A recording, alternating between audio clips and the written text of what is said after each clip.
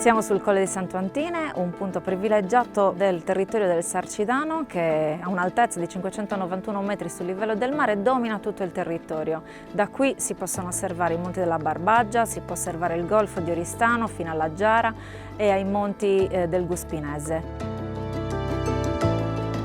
Era un luogo utilizzato dalle genti neolitiche come punto di avvistamento, come punto di controllo del territorio.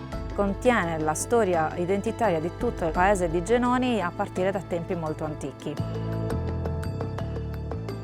Il bando beni comuni della Regione Sardegna ci ha dato la possibilità di valorizzare uno dei beni identitari del comune di Genoni, probabilmente tra i più importanti. La comunità di Genoni riconosce questo colle come parte della propria identità. Il progetto ha previsto il coinvolgimento di vari partner, tra cui l'Ente Foreste della Sardegna e l'Istituto Comprensivo di Isili. Una parte fondamentale aveva come protagonisti gli alunni della scuola primaria e della scuola secondaria locale e i bambini della scuola dell'infanzia paritaria che ha sede a Genoni. Lo scopo del progetto era la valorizzazione del colle dal punto di vista ambientale, come riqualificazione attraverso la piantumazione di specie arboree tipiche della macchia mediterranea e con la predisposizione di viminate per il miglioramento del territorio circostante il colle. La parte sottostante del colle è formata da terreni molto morbidi, facilmente erodibili. Si è deciso tramite tecniche di ingegneria naturalistica di mettere in sicurezza con delle viminate, nella parte retrostante delle piante in modo che attutissero anche con le radici i movimenti dei versanti.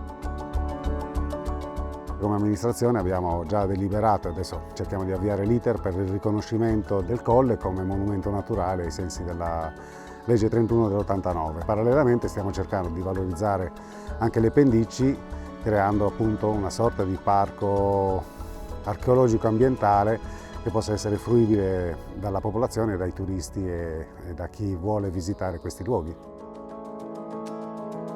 PARC sta per Paleo Archeocentro, museo paleontologico-archeologico con una sezione dedicata alla paleontologia, una all'archeologia ed una ai laboratori didattici, adattabili ai ragazzi di ogni fascia d'età, per scuole e famiglie. Il laboratorio principale è il laboratorio legato alla paleontologia, quindi allo studio dei fossili e allo svolgimento di quelle che sono le primissime mansioni del paleontologo, utilizzando strumenti, i vibroincisori, microscopi e tanto altro materiale utile alla comprensione dei contenuti. L'altro laboratorio che viene svolto è il laboratorio di archeologia, nel corso del quale i bambini possono svolgere il lavoro dell'archeologo, cimentandosi nello studio dell'archeologia e nella realizzazione di manufatti che poi possono anche portare a casa. Da giugno a settembre c'è la possibilità per i bambini di svolgere dei campi con pernotto oppure dei semplici campi diurni. Durante i campi i bambini hanno la possibilità di conoscere meglio il nostro territorio, scoprire appunto quelle che sono le ricchezze dell'entroterra.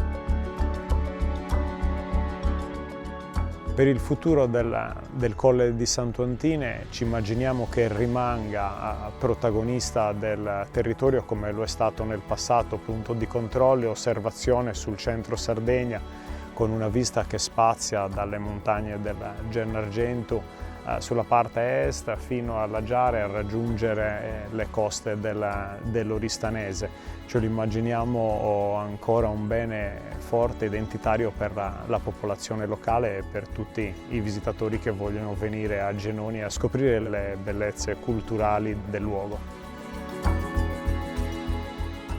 Siamo alla conclusione di un progetto complesso realizzato in sinergia con il Comune di Genoni, che ha coinvolto la popolazione locale, ha coinvolto le scuole, sviluppato in circa un anno. Il momento conclusivo è stato il ripristino dello stradello che dal Museo Park porta sino alla parte sommitale del colle, quindi ci porta a raggiungere, oltre a un'area panoramica spettacolare, all'area archeologica di Santo Antine, al Pozzo e al Nuraghe.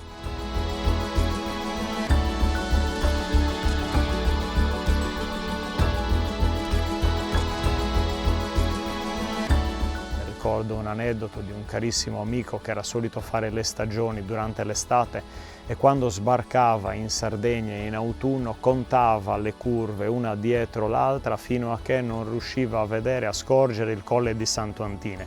In quel momento finalmente si sentiva a casa.